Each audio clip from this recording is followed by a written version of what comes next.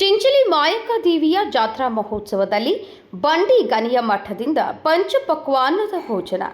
ಹೌದು, ರಾಯಬಾಗ ತಾಲೂಕಿನ ಸುಕ್ಷೇತ್ರ ಚಿಂಚಲಿಯ ಮಾಯಕ್ಕ ದೇವಿಯ ಜಾತ್ರಾ ಮಹೋತ್ಸವಕ್ಕೆ ಬರುವ ಸಹಸ್ರಾರು ಭಕ್ತರಿಗೆ ಬಂಡಿ ಗನಿಯ ಚಕ್ರವರ್ತಿ ಅನ್ನದಾನೇಶ್ವರರ ಶ್ರೀಗಳ ಆಶೀರ್ವಾದದಿಂದ ಭಕ್ತರಿಂದ ಪಂಚಪಕ್ವಾನ್ನದ ಭೋಜನದ ವ್ಯವಸ್ಥೆ ಮಾಡಲಾಗಿತ್ತು.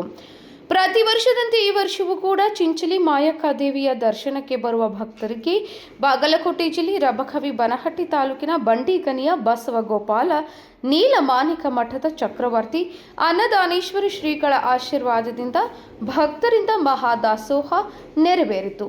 ಹುಗ್ಗಿ, ಜಿಲೇಬಿ, ಬಜ್ಜಿ, ಬಿಳಿ ಅನ್ನ, ಮಸಾಲೆ ಅನ್ನ, ಸಾಂಬಾರು, ಬದನೆಕಾಯಿ, ಕಾಯಿ ಪಲ್ಯ ಸೇರಿದಂತೆ ವಿವಿಧ ಬಗೆಯ ಪದಾರ್ಥಗಳನ್ನು ಒಳಗೊಂಡ ದಾಸೋಹದಲ್ಲಿ ಸಹಸ್ರಾರು ಭಕ್ತರು ರುಚಿ ರುಚಿಯಾದ ಆಹಾರವನ್ನು ಸವಿದು ಪಾವನರಾದರು.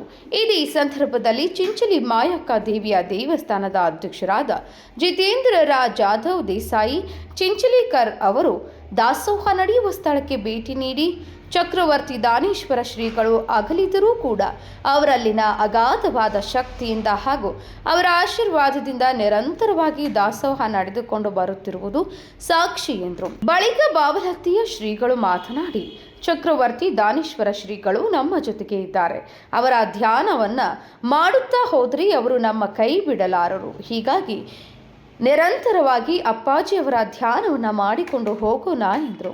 ಬಳಿಕ ಬಂಡಿಗನಿಯ ಬಸವಗೋಪಾಲ ನೀಲಮಾಣಿಕ ಮಠದ ಭಕ್ತರಾದ ಶಿವು ಅವರು ಮಾತನಾಡಿ, ಪ್ರತಿ ವರ್ಷದಂತೆ ಈ ವರ್ಷವೂ ಕೂಡ ಚಕ್ರವರ್ತಿ ಅನ್ನದಾನೇಶ್ವರ ಶ್ರೀಗಳ ಆಶೀರ್ವಾದದಿಂದ ಮಾಯಕ್ಕ ದೇವಿಯ ಜಾತ್ರಾ ಮಹೋತ್ಸವದ ಅಂಗವಾಗಿ 3 ದಿನಗಳ ಕಾಲ ದಾಸೋಹ ನಡೆದುಕೊಂಡು ಬರುತ್ತಿದೆ.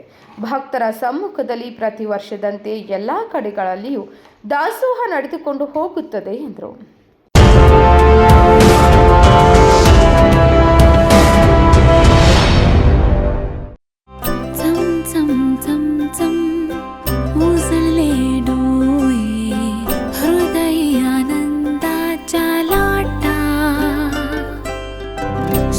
क्षण आले क्षण प्रेमळ है रेशमात गुंफून सोनेरी.